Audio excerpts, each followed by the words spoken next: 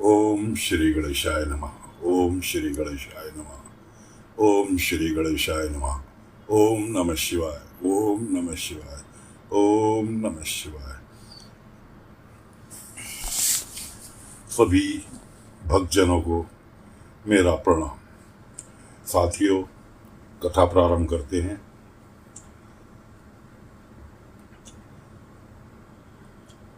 विषय है कथा का शिवलिंग की स्थापना, उसके लक्षण और पूजन की विधि का वर्णन, शिव पद की प्राप्ति करने वालों सत्कर्मों का विवेचन।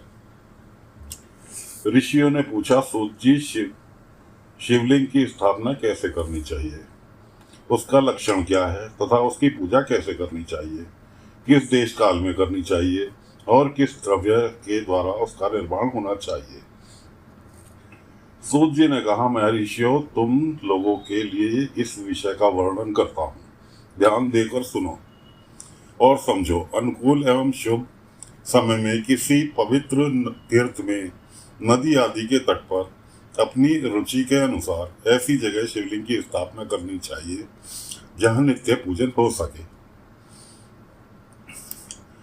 पार्थिव द्रव्य से अपनी रुचि अनुसार कल्पोक्त लक्षणों से युक्त शिवलिंग का निर्माण करके उसकी पूजा करने से उपासक को उस पूजन का पूरा पूरा फल प्राप्त होता है। संपूर्ण शुभ लक्षणों से युक्त शिवलिंग की यदि पूजा की जाए तो वह तत्काल पूजा का फल देने वाला होता है। यदि चल प्रतिष्ठा करनी हो तो इसके लिए छोटा सा शिवलिंग अथवा विग्रह श्रेष्ठ माना जाता है, और यदि अचल प्रतिष्ठा करनी हो तो स्थूल शिवलिंग अथवा विग्रह अच्छा माना गया है। उत्तम लक्षणों से युक्त शिवलिंग की पीठ सहित स्थापना करनी चाहिए। शिवलिंग का पीठ मंडलाकार गोल, मतलब गोल शिवलिंग की स्थापना करनी चाहिए। चकोर, त्रिकोण अथवा खाट के पायों की भांति ऊपर नीचे मोटा और बीच में पतला होना चाहिए। ऐसा शिवलिंग पीठ महान फल देने वाला होता है, यानी ऊपर भी मोटा हो, नीचे भी मोटा हो, बीच में थोड़ा पतला हो, ऐसा शिवलिंग बहुत ही शुभ माना जाता है। पहले मिट्टी से, प्रस्तर आदि से अथवा लोहे आदि से शिवलिंग का निर्माण हो, उसी से उसका पीठ भी बनाना चाहिए। यही स्थावर शिवलिंग की विशेष बात है।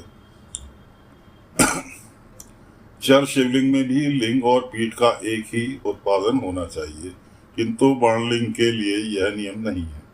लिंग की लंबाई निर्माणकर्ता या स्थापना करने वाले यजमान के 12 अंगुल के बराबर होनी चाहिए।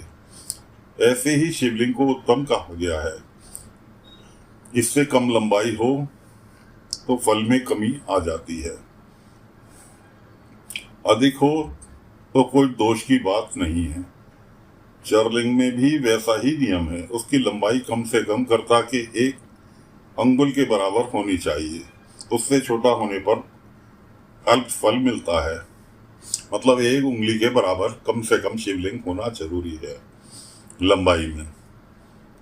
बड़ा बेशक हो जाए लेकिन छोटा नहीं होना चाहिए, 1 उंगली से छोटा नहीं होना चाहिए, किंतु उससे अधिक होना दोष की बात नहीं है। यजमान को चाहिए कि वह पहले शिल्प पर शास्त्र के अनुसार एक विमान या देवालय बनाए जो देवगणों की मूर्तियों से अलंकृत हो। उसका गर्भगृह बहुत ही सुंदर सुंदर और दर्पण के समान स्वच्छ हो। उसे 9 प्रकार के रत्नों से विभूषित किया जाए। उसमें पूर्व पश्चिम दिशा में 2 मुख्य द्वार हों जहां शिवलिंग की स्थापना करनी हो। उस स्थान के गर्त में नीलम,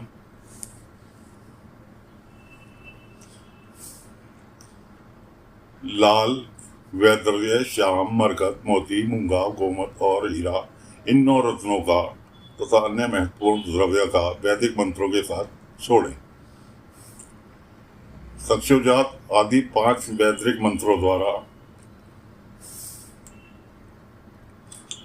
ओम सक्षुजात प्रपधामी सक्षुजाताय वे नमो नमः, भद्रे भवे भवे भव्यतम मां भवनेश्वरवाय नमः, ओम वाम देवाय नमो, ज्येष्ठाय नमः, श्रेष्ठाय नमो, रुद्राय नमो, कालाय नमः, काल विकर्ण नमो, बल विकराय नमो, बलाय नमो, प्रथमाय नमः, सर्वभूतमाय नमो, मनो मोक्षराय नमः।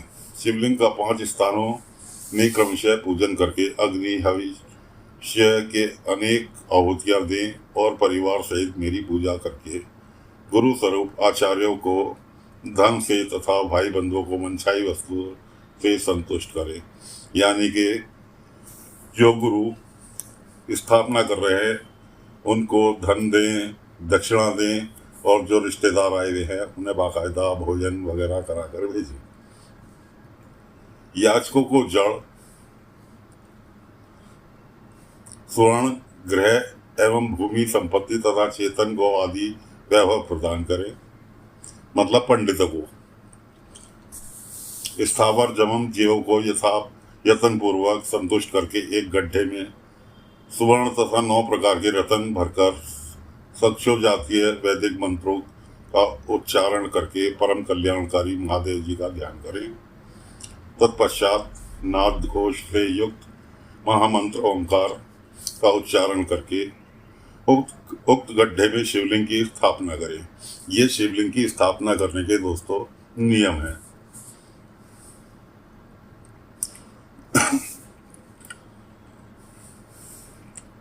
उसे पीठ से संयुक्त करें। इस प्रकार पीठ युक्त लिंग की स्थापना करके उसे नित्य जप, नित्य लेप, दीर्घ काल तक टिके रहने वाले मसाले से जोड़कर स्थिर करें।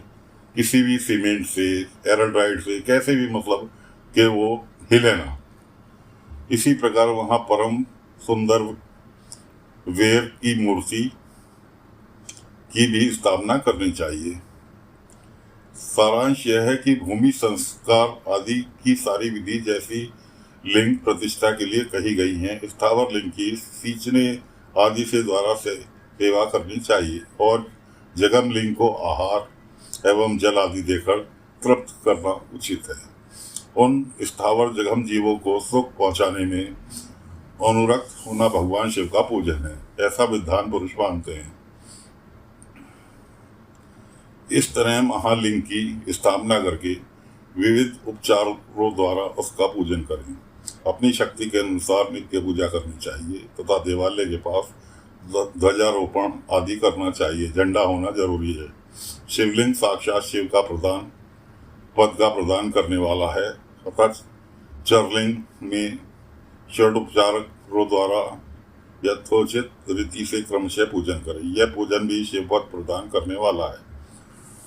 पूजन की विधि: आवाहन, आसन, अर्घ्य, पाद, पंचांग, आचमन, अभ्यंग पूर्वक स्नान, वस्त्र एवं यज्ञोपवीत, गंध, पुष्प, धूप, दीप, नववेद, तंबुल, समर्पण, नीराजन, नमस्कार और विसर्जन, ये 16 उपचार हैं। अतः अर्घ्य से लेकर नववेद तक विधिवत पूजन करें।